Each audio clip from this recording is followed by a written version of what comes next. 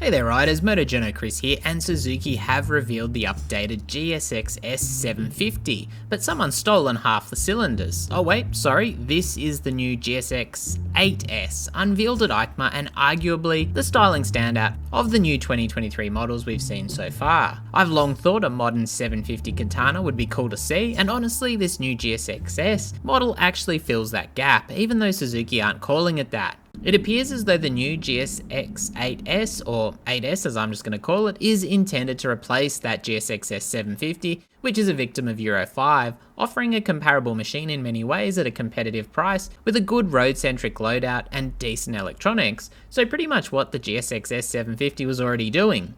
Now Suzuki have made it clear that the 8S is built around offering a value mid-size naked, which I can get behind, but pricing isn't that different to what we had for the outgoing 750, unfortunately.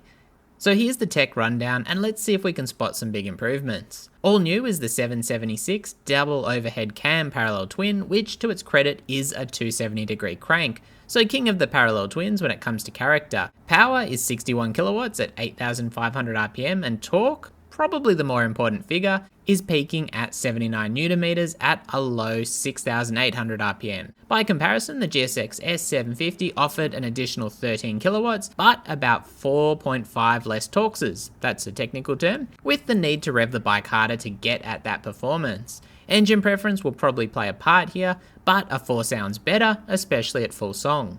Taking a look at the dyno chart provided, the 8S builds power pretty steadily, however torque ramps up before quite a visible lower mid-range dip, recovering for a late mid-range peak, and then slowly falling off for the latter half of the rev range. That'll probably mean a more thrilling punch of low torque in that mid-range and a very manageable and predictable top end that may not have as many thrills as people would want. A Suzuki cross balancer is apparently new in production motorcycles, so it'll be interesting to see if there's a notable difference between this engine and say the MT-07 or 890 Duke as far as character.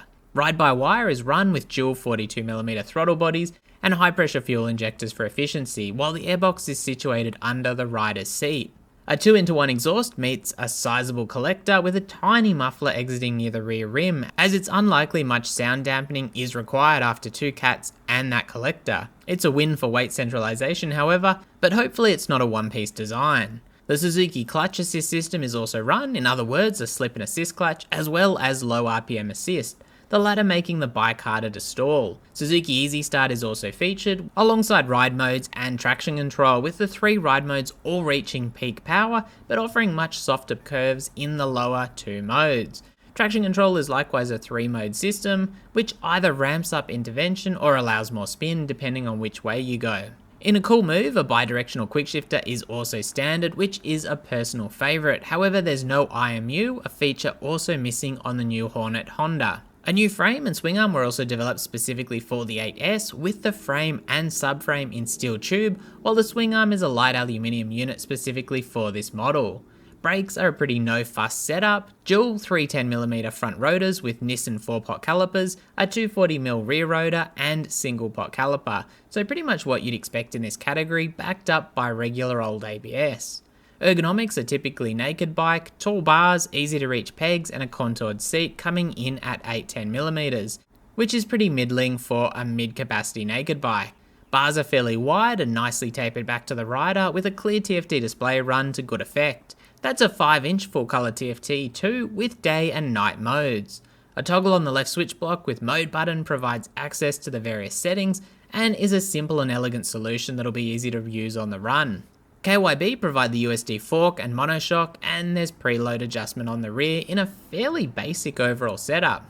Wheels are also cast items as we'd expect, that'll be shod in Dunlop Road Smart 2 radial tyres, and those sizes are a 120/70 front and 180/55 rear, so very common sizings. An LED headlight is quite minimalistic and joins the LED indicators and tail light, although those indicators are quite large and fairly traditional looking for LEDs. Overall, I'd say the GSX-8S is a standout for the styling, with most of the specifications pretty run-of-the-mill, but that name certainly does not run off the tongue. The new power plant is also run in the V-Strom 800 update, so it obviously made sense to roll it out into more than one bike, and some are saying this replaces the SV650.